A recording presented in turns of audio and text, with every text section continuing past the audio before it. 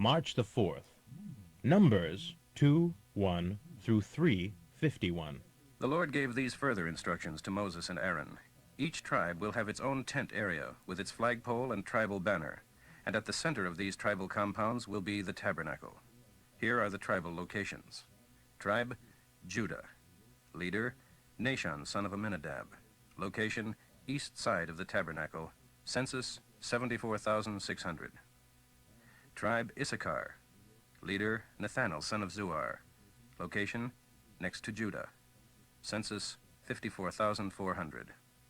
Tribe, Zebulun. Leader, Eliab, son of Helon. Next to Issachar, 57,400.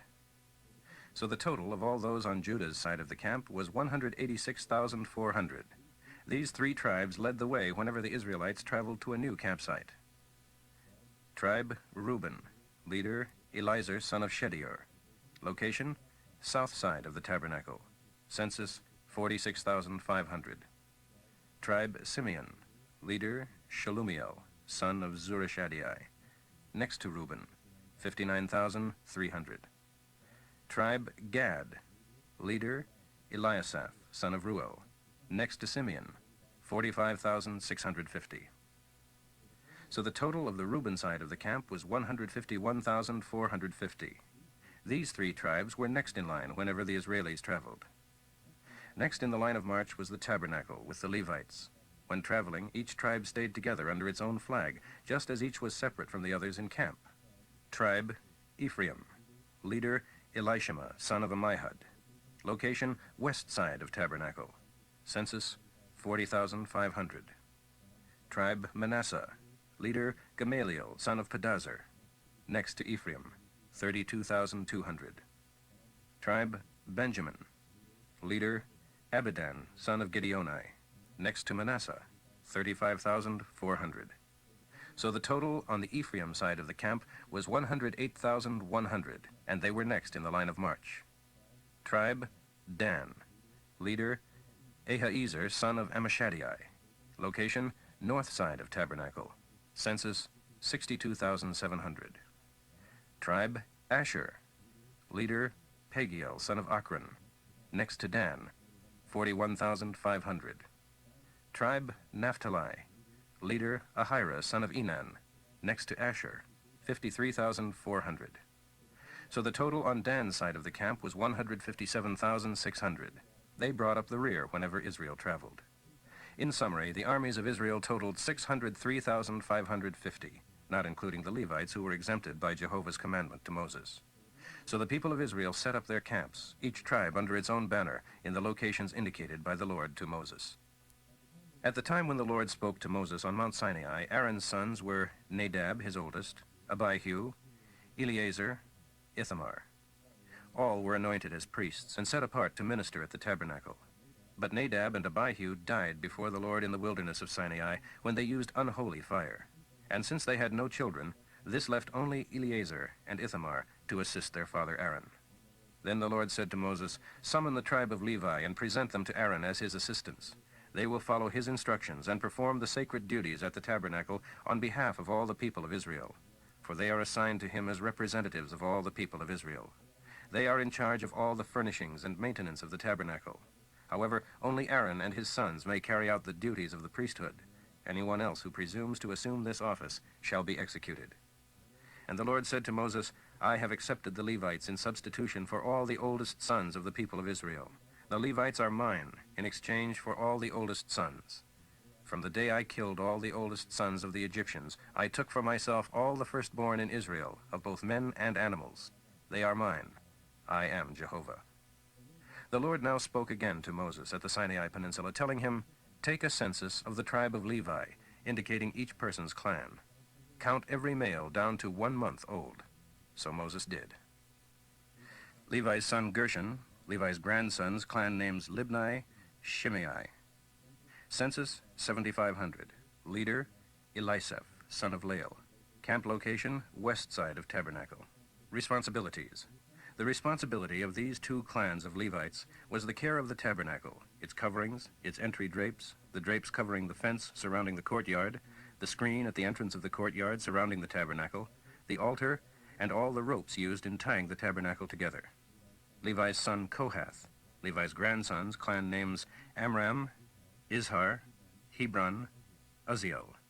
Census 8,600. Leader Elizaphan, son of Uzziel. Camp location, south side of the tabernacle. Responsibilities. The responsibility of these 4 clans of Levites was the care of the ark, the table, the lampstand, the altars, the various utensils used in the tabernacle, the veil, and any repairs needed on any of these items. Note, Eleazar, Aaron's son, shall be the chief administrator over the leaders of the Levites, with special responsibility for the oversight of the sanctuary. Levi's son Merari. Levi's grandsons, clan names Malai, Mushai. Census 6,200. Leader Zuriel, son of Abihail. Camp location, north side of tabernacle. Responsibilities. The responsibility of these 2 clans was the care of the frames of the tabernacle building, the posts, the bases for the posts, and all of the equipment needed for their use, the posts around the courtyard and their bases, pegs, and ropes. The area east of the tabernacle was reserved for the tents of Moses and of Aaron and his sons, who had the final responsibility for the tabernacle on behalf of the people of Israel.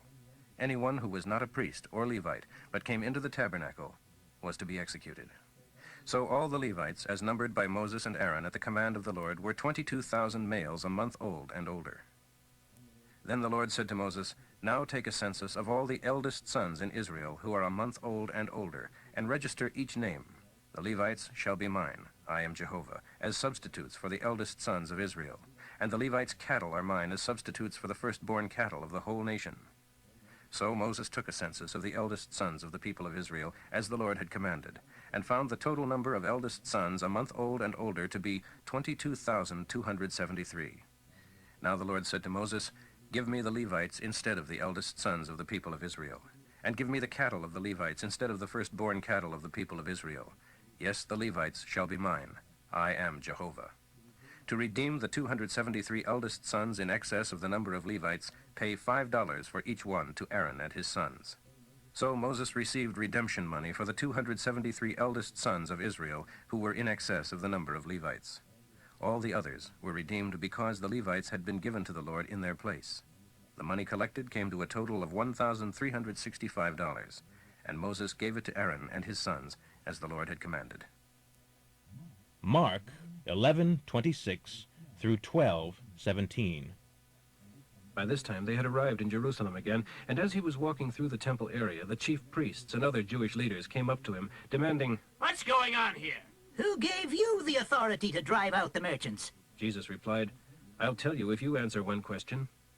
What about John the Baptist? Was he sent by God or not? Answer me." They talked it over among themselves. If we reply that God sent him, then he will say, "All right, why didn't you accept him?" But if we say God didn't send him, then the people will start a riot. For the people all believed strongly that John was a prophet. So they said, "We can't answer." We don't know. to which Jesus replied, "Then I won't answer your question either." Here are some of the story illustrations Jesus gave to the people at that time. A man planted a vineyard, and built a wall around it, and dug a pit for pressing out the grape juice, and built a watchman's tower.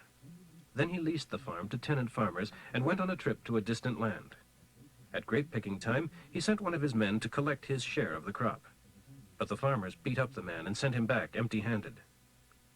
The owner then sent another of his men, who received the same treatment, only worse, for his head was seriously injured.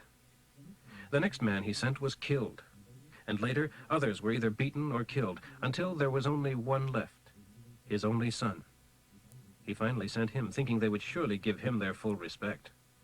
But when the farmers saw him coming, they said, "He will own the farm when his father dies. Come on, let's kill him, and then the farm will be ours."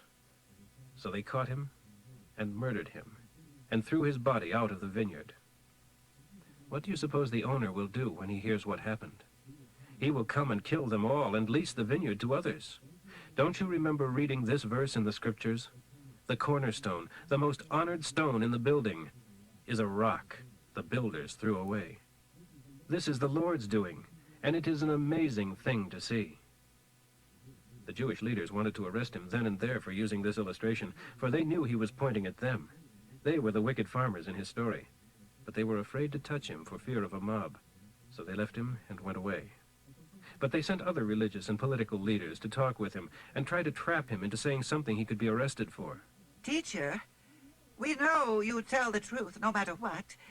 You aren't influenced by the opinions and desires of men, but sincerely teach the ways of God.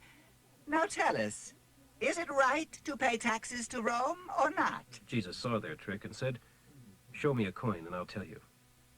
When they handed it to him, he asked, "Whose picture and title is this on the coin?" The emperor's. "All right," he said. "If it is his, give it to him. But everything that belongs to God must be given to God." And they scratched their heads in bafflement at his reply. Psalm 47, 1 through 9.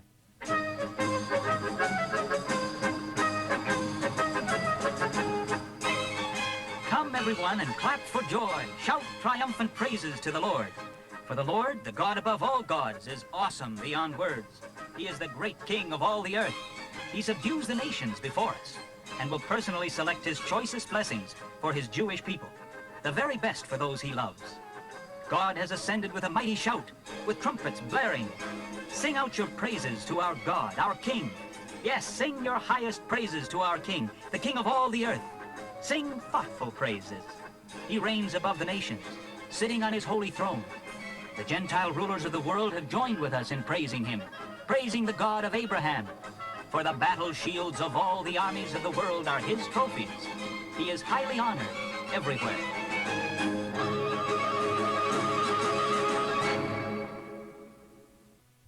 Proverbs for today, 10:24 through 25. The wicked man's fears will all come true, and so will the good man's hopes. Disaster strikes like a cyclone, and the wicked are whirled away, but the good man has a strong anchor.